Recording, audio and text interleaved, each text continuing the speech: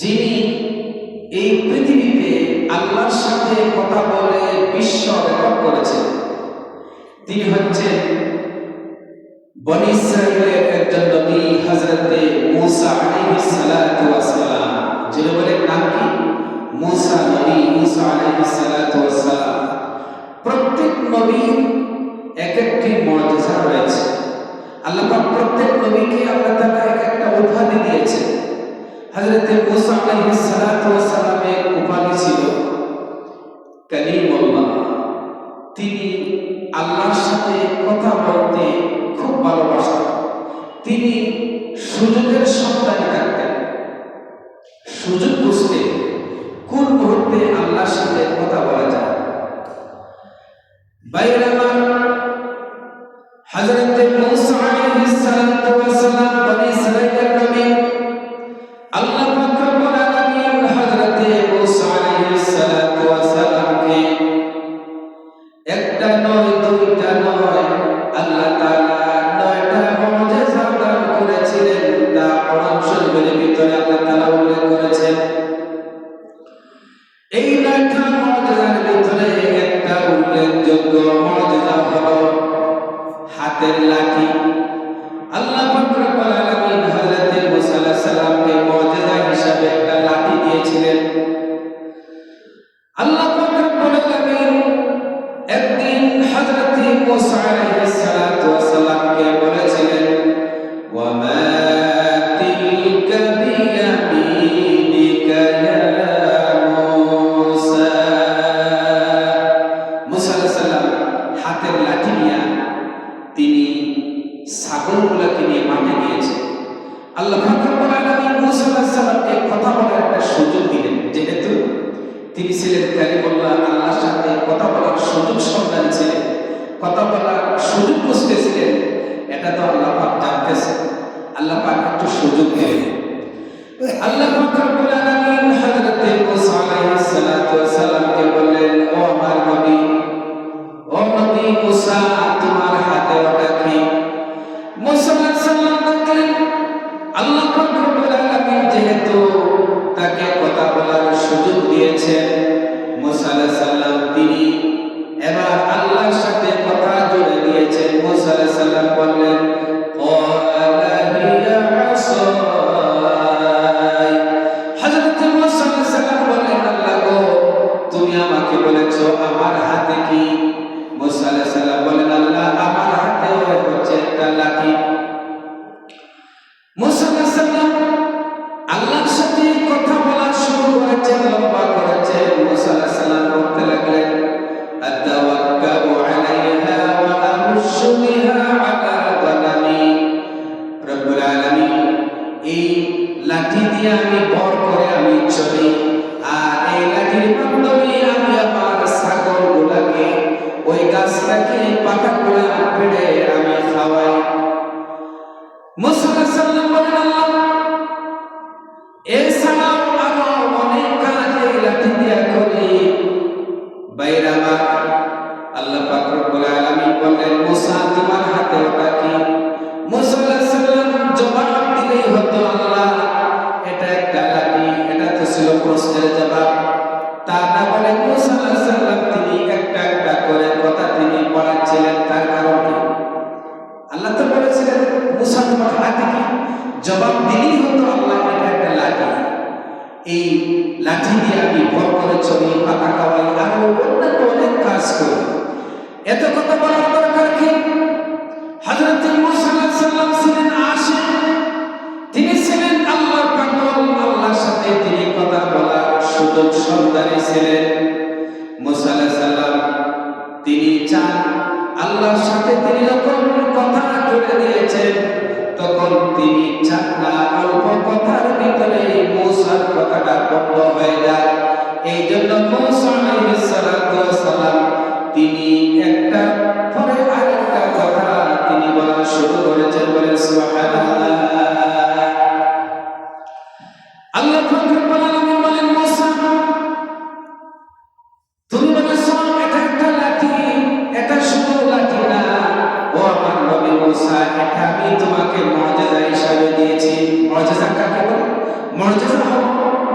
নবী রাসূলদের পক্ষ থেকে মানুষদেরকে ঈমান গ্রহণ করার জন্য আল্লাহর পক্ষ থেকে যে অলৌকিক ঘটনা সংঘটিত হয় এটার নাম হচ্ছে মুআজিজা।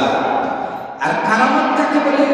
কারামত হচ্ছে আল্লাহর ওলিদের পক্ষ থেকে, আল্লাহর ওলিদের মাধ্যমে আল্লাহর পক্ষ থেকে যে সমস্ত অলৌকিক ঘটনা সংঘটিত হয় এটা হচ্ছে কারামত। নবী রাসূলদের পক্ষ থেকে সংঘটিত হয় মুআজিজা, আর ওলিদের পক্ষ থেকে সংঘটিত হয় কারামত। আল্লাহ পাক রব্বুল আলামিন বলেন, ও আমার নবী মুসা, তুমি যা বর্ণনা করেছো এই লাঠির কাজ, শুধু এইগুলা নয়, আরো অনেক কাজ আছে। ক্বালা আলকিহা ইয়া মুসা, আল্লাহ পাক বললেন, ও আমার নবী মুসা, এই তোমার হাতের লাঠিটা তুমি মাটির ভিতরে ছেড়ে দাও। মুসা আলাইহিস সালাম হাতের লাঠি তিনি মাটির মধ্যে ছেড়ে দিলেন। ফাইযা হিয়া হাইয়াতুন তাসআ, মুসা আলাইহিস সালাম তিনি যখন হাতের লাঠি জমিনের উপরে ছেড়ে দিলেন, সঙ্গে সঙ্গে বিরাট বড় একটা অজগর সাপে পরিণত হয়ে গেল। মুসা আলাইহিস সালাম ভয় পেয়ে গেলেন। আল্লাহ পাক রব্বুল আলামিন বলেন, ও আমার নবী মুসা, লা তাখাফ সানুঈদুহা সিরাতাল উলা, ও আমার নবী মুসা, আপনি ভয় পাইও না, যেহেতু আমি আল্লাহ পাক এটা আপনাকে মুআজিজা হিসেবে দিয়েছি, সুতরাং এটাকে ভয় না পেয়ে এটাকে ধরো। মুসা আলাইহিস সালাম তিনি ধরলেন, সঙ্গে সঙ্গে ওই লাঠি দিয়া তৈরি হওয়া সাপটা সঙ্গে সঙ্গে আবার লাঠি হয়ে গেল। মুসা আলাইহিস সালাম মারা ধরলেন। আল্লাহু আকবার। বাইরাবার তাফসীরের ভিতরে বলা হয়েছে, মুসা আলাইহিস সালামকে আল্লাহ পাক যে লাঠি দিয়েছিলেন, ওই লাঠি দিয়া যে সাপ হতো, এই সাপের অবস্থাটা ছিল এরকম, বিরাট বড় অজগর সাপ হতো। এই সাপটা যখন হা করত, তখন তার নিচের ঠোঁট আর উপরের ঠোঁটের মাঝখানে প্রায় ৮০ হাত পর্যন্ত হা করে নিতে বলেন। আল্লাহু আকবার। শুধু তাই না, এই সাপের শরীরের ভিতরে লম্বা লম্বা মুখ হতো।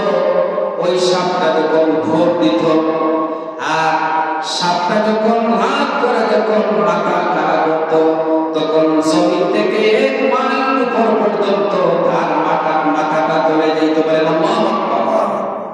১ মাইল পর্যন্ত মাথাটা এভাবে উঁচু হয়ে যেত।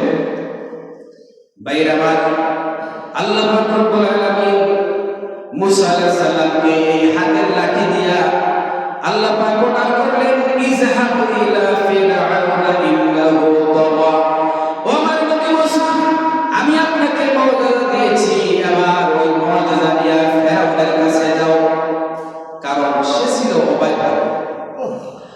আল্লাহ পাক রব্বুল আলামিন ফিরআউনকে ৬২০ বছর হায়াত দান করেছিলেন, আর ৪০০ বছর পর্যন্ত তাকে আল্লাহ পাক রব্বুল আলামিন রাজত্ব দান করেছিলেন। এই ফিরআউন সে বলেছিল, আনা রাব্বুকুমুল আ'লা, আমি হলাম সবচেয়ে বড় খোদা। সে খোদাই দাবি করেছিল। মুসা আলাইহিস সালাম এবার তার লাঠি দিয়া তার এই মুআজিজা দিয়া ফিরআউনের কাছে গেলেন। ফিরআউন তার সিংহাসনে বসা। মুসা আলাইহিস সালাম তখন তার হাতের এই লাঠিটা ফিরআউনের সিংহাসনের কাছে ছেড়ে দিলেন। সঙ্গে সঙ্গে বিরাট বড় অজগর সাপ হলো। এত বড় সাপ ফিরআউন তো জীবনে কোনোদিন দেখে নাই, ঠিক কিনা? সে কোনোদিন দেখে নাই। ফিরআউন এমন নিয়ামত আল্লাহ পাক দান করেছিলেন, ফিরআউনের এই ৬২০ বছর বয়সে ৪০০ বছর তার রাজত্বের সময় আল্লাহ কোনোদিন ফিরআউনের একটা সর্দি হয় নাই, জ্বর হয় নাই, কাশি হয় নাই, কোনো অসুখ বিসুখ হয় নাই। আল্লাহ পাক রব্বুল আলামিন এই নাফরমানকে এত নিয়ামত দিয়েছে। ফিরআউন যখন দেখল তার সামনে বিরাট বড় একটা অজগর সাপ, এই ফিরআউন তখন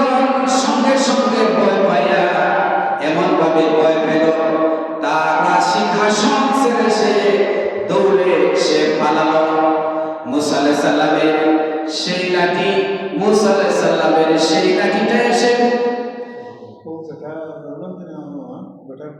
আচ্ছা আচ্ছা ঠিক আছে অবশ্যই বাইরামা মুসা আলাইহিস সালামের সেই লাঠি যখন অজগর সাপ হলো, সাপ এসে ফেরাউনের রাজসিংহাসন তার মুখের ভিতরে ঢুকিয়ে দিল। ফেরাউন দৌড় দিয়েছে। ফেরাউন শুধু দৌড় দেয় নাই, সেই সময় এমন ভাবে ভয় পেয়েছিল, তার অনেকবার পাকড়া পায়খানা করতে করতে অর্থাৎ পায়খানা করতে করতে দৌড় দিয়েছে। আল্লাহু আকবার। কারণ এটা হচ্ছে নবুয়ত। নবুয়তের সামনে পৃথিবীর কোন জালেম টিকতে পারে না, ফেরাউনও টিকতে পারে না।